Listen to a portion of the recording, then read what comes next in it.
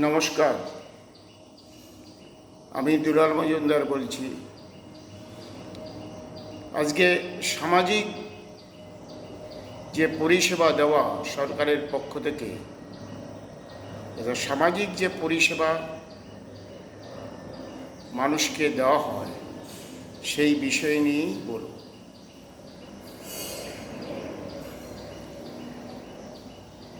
দ্বিতীয় বিশ্বযুদ্ধের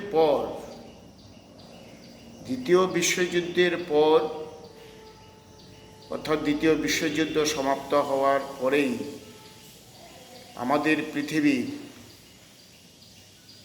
পুঁজিবাদী রাষ্ট্রগুলো যারা গরিব মানুষদের শোষণ করে, তারা ঠিক করলো কিছু সামাজিক প্রকল্প চালু করতে হবে।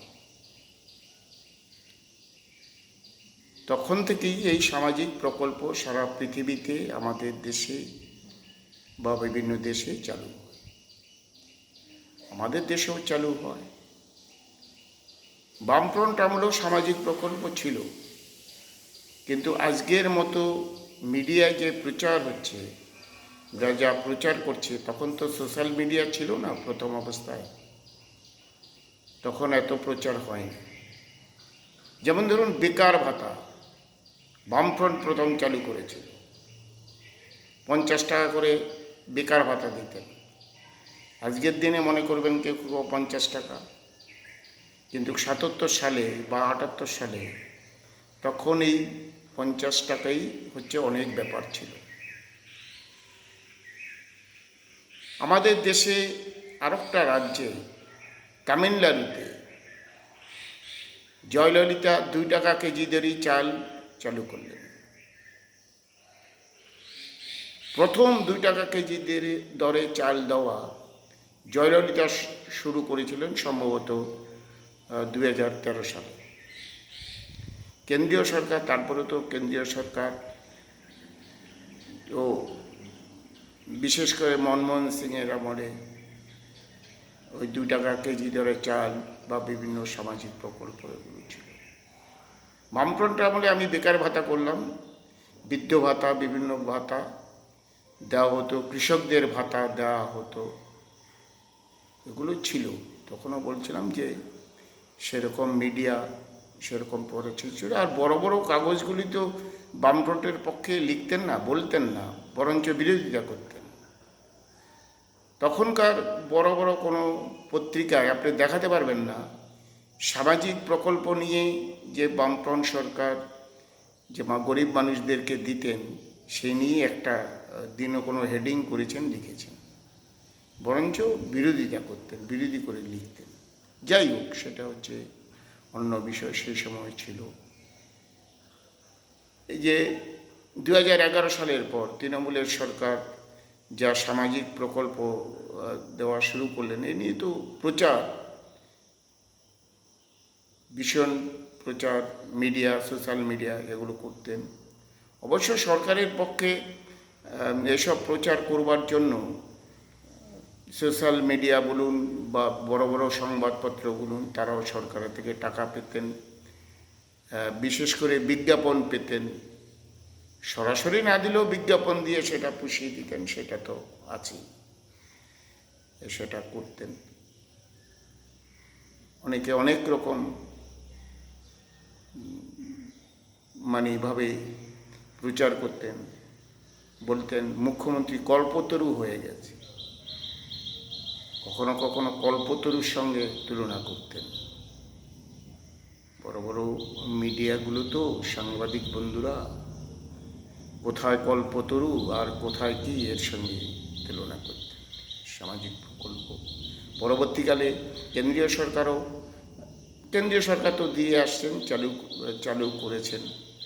এখন এই যে লক্ষ্মীর ভাণ্ডার বলুন, এখন আবার লক্ষ্মীর ভাণ্ডার বন্ধ হয়েছে, অন্নপূর্ণা ভাণ্ডার চালু হয়েছে। যদিও রাজনৈতিক দলগুলো নির্বাচনের আগে যা প্রতিশ্রুতি দেন সেটা সবটা পালন করেন না, বিগত দিনেও করেননি। এই সরকার কতটুকু কী করবেন ভবিষ্যতে সেটা হচ্ছে প্রমাণিত হবে। কিন্তু সাধারণত রাজনৈতিক দলগুলো যা বলেন তা করেন না। যেমন 1980 সালে ইন্দিরা গান্ধী সরকারে আসার আগে, নির্বাচনের আগে বলেছিলেন ঘরে ঘরে চাকরি দেব, ঘরে ঘরে বেকার যুবকদের চাকরি দেব বলেছিলেন। হয়নি, তাহলে তো বেকার সমস্যা মিটেই যেত। যাই হোক, এখন এই সামাজিক প্রকল্পগুলি আমাদের দেশে বেশি চালু হয়েছে। যেমন চালু হয়েছে তার কারণ হচ্ছে নতুন কোনো কারখানা নেই, ইন্ডাস্ট্রি নেই। বা আমাদের রাজ্য, এর আগেও আমি ভিডিও করতে গিয়ে বলেছি যে 15 বছরে একটা কারখানা উদ্বোধন করেছেন আমাদের রাজ্যের মুখ্যমন্ত্রী, প্রাক্তন মুখ্যমন্ত্রী। এই ছবি বা ভিডিও যে দলটা মুছে গেছে সেই দলের কেউ, অর্থাৎ তৃণমূল, কেউ দিতে পারবে না। কারখানা নেই, কোনো শিল্প নেই, সরকারি জায়গায় শূন্য পদ, লক্ষ লক্ষ শূন্য পদ, কোনো নিয়োগ ছিল না। জানি না আগামী দিনে এই সরকারের আমাদের রাজ্যে করে কিনা। ফলে এইগুলো থেকে কিছুটা রিলিফ দেওয়ার জন্য এই হচ্ছে সামাজিক প্রকল্পগুলি চালু হয়েছে। পশ্চিমবাংলায় যেমন বামপন্থী আমলে দিয়েছেন, তেমনি কেরলও বামপন্থীরা দিয়েছেন, ত্রিপুরায়ও দিয়েছেন।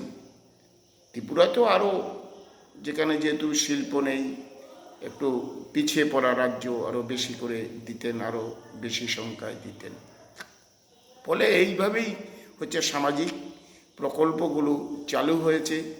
দ্বিতীয় বিশ্বযুদ্ধের পর যেটা শুরু হয়েছে, সামাজিক প্রকল্পগুলি শুরু হয়েছে, তারপর থেকে যত হচ্ছে শিল্প হচ্ছে না, কলকারখানা বন্ধ হচ্ছে, সরকারি জায়গায় নিয়োগ হচ্ছে না, সেই জায়গায় হচ্ছে সামাজিক প্রকল্পগুলি বেড়েছে। মানুষকে কতটুকু হচ্ছে মোহগ্রস্ত করে দেওয়া যায় এই চেষ্টা করছেন। একটা ঘরের একটা ছেলে যদি, শিক্ষিত ছেলে চাকরি পায়, তাহলে তো সে ওই 3,000 টাকা বলুন বা 1,000 টাকা বলুন সামাজিক প্রকল্পের জন্য বসে থাকবে না, তার উপর নির্ভর করবে না, করতেন না। ফলে আবারও বলছি, বারবার একটা কথা বলছি, যেহেতু চাকরি বাকরি নেই, শিল্পায়ন নেই, সরকারি পদে নিয়োগ নেই, আধা সরকারি পদে নিয়োগ নেই, তার জন্যই হচ্ছে এইটা একটা কৌশল, কিছু দিয়ে চেপে রাখা। এই চেপে রাখাটা করছেন, সামাজিক প্রকল্পটা দিন দিন বাড়ছে।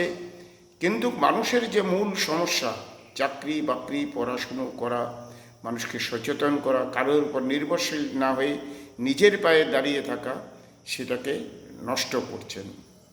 আশা করি মানুষ ওইটা ভাববেন।